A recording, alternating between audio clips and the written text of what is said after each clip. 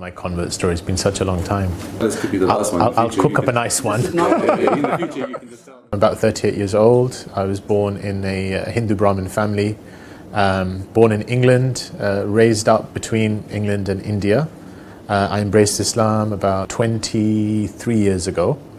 I was 15 at the time, 15, 16. My uncle had died in very tragic circumstances around about the age of 15. And in the Hindu tradition, the eldest son has to perform the final funeral rites. And so he only had 3 daughters. I was the son of his elder brother, and I counted as his sort of eldest son. I was very close to him. So I ended up going to Banaras, which is a place in India, sometimes pronounced as Vanaras, which is a place where they perform the final rites, where usually the body is taken, burnt, and turned into ashes, and flowed into the Ganges. So I went there, and I had to do a series of rites for my uncle. And at the final point, I even saw the ashes of his body, and I saw this along the ghat, along the area where a lot of bodies are being burnt regularly, and they're turned into ashes, and they literally flowed into the water. It kind of struck me that life is, at least the way we think of it, is very impermanent, and the whole idea of death as being so close was something that really, really struck me. And so from the age of about 15, I started looking into what death means in other traditions and the afterlife. And being a Hindu, I looked into my own tradition first, and the whole idea of rebirth and karma and so on was something that I was looking into. And then I started looking into other religions, Judaism, Christianity. And one of the things that I always held on to was that there's lots of different paths. All these religions are fine as long as anyone takes a religion, and they're all reaching to God at the end. Until I came across Islam, and Islam was probably the last possible religion I would have been looking at, partly because in those days, now it's probably 10 times worse, but in those days they had a bit of bad publicity, and I remember reading a couple of Reader's Digest articles, which was the book that often used to have a few things about real life events, and they'd have these real life stories, and they'd often have a bad story of somebody being forced to wear the hijab, or anyway, cut a long story short. When I started looking at Islam, what struck me was it didn't appear what it should have appeared to be. So it wasn't an Arabian religion 14 centuries ago, one of many other religions. So there's Hinduism, that wonderful combination of different faiths, and from the Indian subcontinent, different ways of thinking, because the term Hindu itself is kind of a catch term for lots of different ways of looking at things within the Indian subcontinent. And then you had Judaism, which is kind of the people of Judea, the people of Israel, the tribe, and so on. And Christianity generally centering on the person of Christ and what happened, and the idea of his redemptive sacrifice. But Islam was kind of giving a more broader message. For starters, the Prophet Muhammad, who's, at least to my mind, seemed the founder of Islam, is not mentioned in the Quran apart from 3 times. And the Quran's got a whole chapter on Mary. Well, she's not Arab, technically, in my mind. And then there's Abraham popping up, and Noah popping up, and Jesus popping up. And what's that got to do with, Arabia at that time? And then a different narrative started emerging. So the first narrative I had was there's lots of different paths, everyone's going to God. And then a different narrative emerged, which is God is one, and the essence of his path of submitting to that oneness is one. And he has been sending different messengers to each and every nation from the beginning of time until now. And Adam was the first. And that religion, for all intents and purposes, in Arabic could be called Islam, or that way could be called Islam, but that is the one path, that is the path of God. And it's broad enough to accommodate these various things. And when I struck that, it was kind of, whoa. Now this is a challenge, because I could sit back in my comfort zone and say there's lots of different ways, and we're all one big happy family, all you need is love, and all of that stuff. And Bob Marley's one love, one life, and all that stuff. But then I've got this message saying, this is it, this is the truth, and this is just the final embodiment, but that truth has been coming from the beginning of time, And it will keep coming because that truth is the message of the cosmos. That truth is the message that's being shown to you over and over and again. And so then it was a bit of a thing. That doesn't fit the Islam that I'm reading in Reader's Digest. Or, today they could just say the Islam that you see on television, or the Islam that, is constantly being bombarded. It's a deeper Islam. It's the Islam of the soul. It's the Islam that, at some point it's like, I think I know this. And so that process, initially it was a kind of a, how do I debate with this? And I had a couple of friends at school who started to get more into their practice of Islam. And so I used to often debate with them women's rights and, violence in Islam and all my little things. And I was quite good with words, so I found that I would win the arguments, but when I left them and I went home, I would lose the debate. Because at some point I knew that I was winning with points, but there's a deeper level of conviction that had started to rise in my heart about what's being said. And so the whole process just kept going on, and I feel, looking back now, God sort of created a conflation of events that were happening at that time. And I was being exposed to Islam in different, people close to me. So my school teacher, she actually embraced Islam.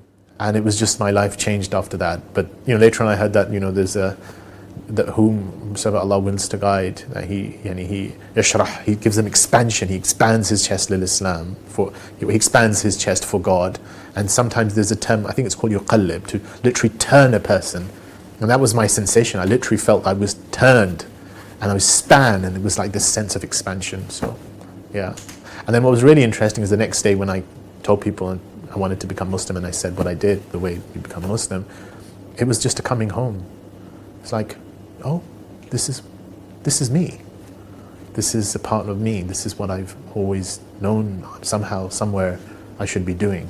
Well, during that 7-month period, I think the first part of it was sort of just opening up to, because it wasn't conscious. I don't think, looking back, I could say that I was, deliberately thinking about something. It was just subconsciously, or at that time, I was realizing that I'm starting to believe.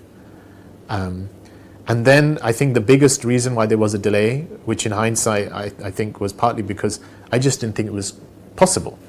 I didn't think someone born in a Hindu Brahmin family could actually become Muslim. It didn't seem possible to me. It was not something I could have entertained, because I didn't actually, I don't think I knew of any converts from Hinduism. So I couldn't imagine someone from Hinduism could become Muslim. And at least not in the background that I had.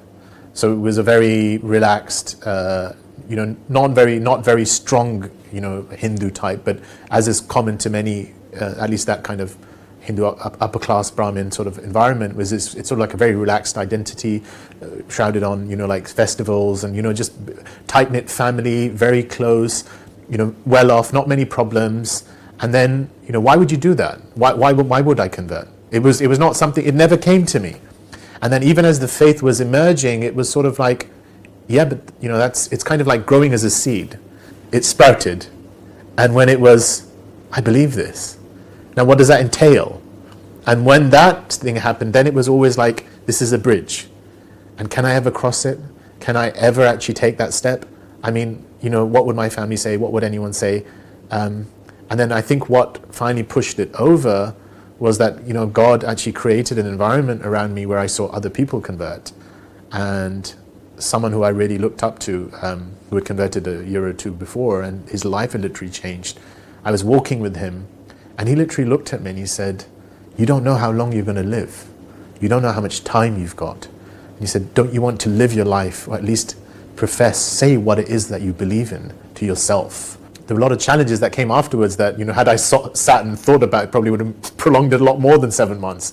But the fact that I took that step, from that point onwards, I found there is no way that God's support does not come. God's support in the most amazing ways. I think for a lot of converts, the real proof becomes their post-conversion stories, especially when there's so much family pressure against them. You think there's no way, just when you think it's all, I've got no way out, there's some, support coming, the most amazing ways.